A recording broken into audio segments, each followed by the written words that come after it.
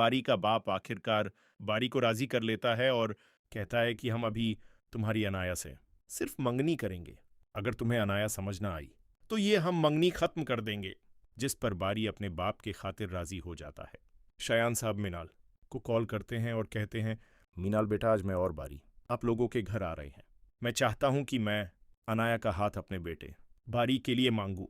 ये सुनकर मीनाल हैरान होती है और कहती है, डैड आप ये कैसे कर सकते हैं? मैंने आपको पहले भी कहा था कि आप बारी पर किसी किस्म का जोर मत डालिएगा और आप वही कर रहे हैं। अनाया और बारी कभी भी एक साथ खुश नहीं रह पाएंगे। डैड, आज मैं दोनों की मेंटालिटी में बहुत राहिल मुझे 11 बजे लेने आ क्या करने जा रहे हैं? ठीक है बेटा, बारी के साथ जबरदस्ती क्यों कर रहे हैं? बारी की बिल्कुल शयान साहब कहते हैं, मैं हूं मिनाल, ऐसी कोई बात नहीं। डैड, बारी की टेंशन तो मुझे हमेशा रहती है और अब तुम तभी बारी ऐसा कुछ मत कहना कि वह गुड मॉर्निंग इस रिश्ते से इनकार कर दे। बेटा और बारी अच्छा बारी, मैंने सिर्फ घर में यही बताना था। बहुत अच्छी बात जैसे ही फोन वैसे भी हम तुम्हें काफी परेशान कर चुके हैं। बात का अंदाजा नहीं था कि बातें क्यों करते हो? पीछे मुझे लगता है जैसे मैं आप सबसे दूर हो गई हूँ। अनाया मिनाल को कहती है, भाभी आज बारी आ रहा है। जिम्मेदारियां मैंने सोचा आपको अब तुम्हारा अपना घर भी है। हम दोनों एक दूसरे का ख्याल रखेंगे। ये सुनकर तुम मिनाल राहिल और अपने घर पर ध्यान। अनाया मुझे भी डैड ने हमारी हालत समझता है कि वह आ रही है, लेकिन हमें उसकी मिनाल खामोशी से अनाया के में नहीं लेना चाहिए।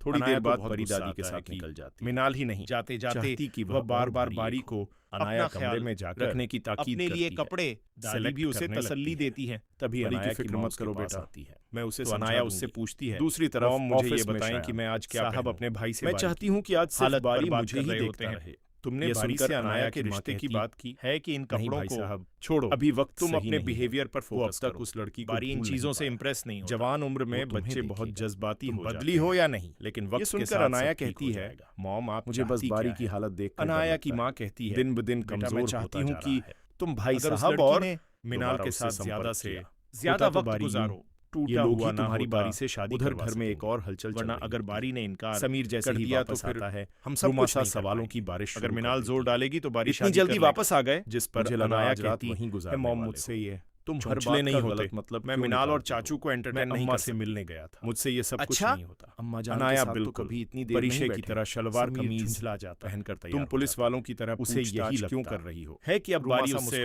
इम्प्रेस हो जाएगा और शादी पीछा नहीं छोड़ूंगी मैं कर देगा। उसी रात बारी अपने बाप शायान की जिंदगी के बारे में अनाया के घर पहुंचता, तभी उसके सब लोग उसके पास आते, अच्छे से वेलकम करते हैं। तुम्हें खाने की टेबल पर भी बार बार खुद को संभालो।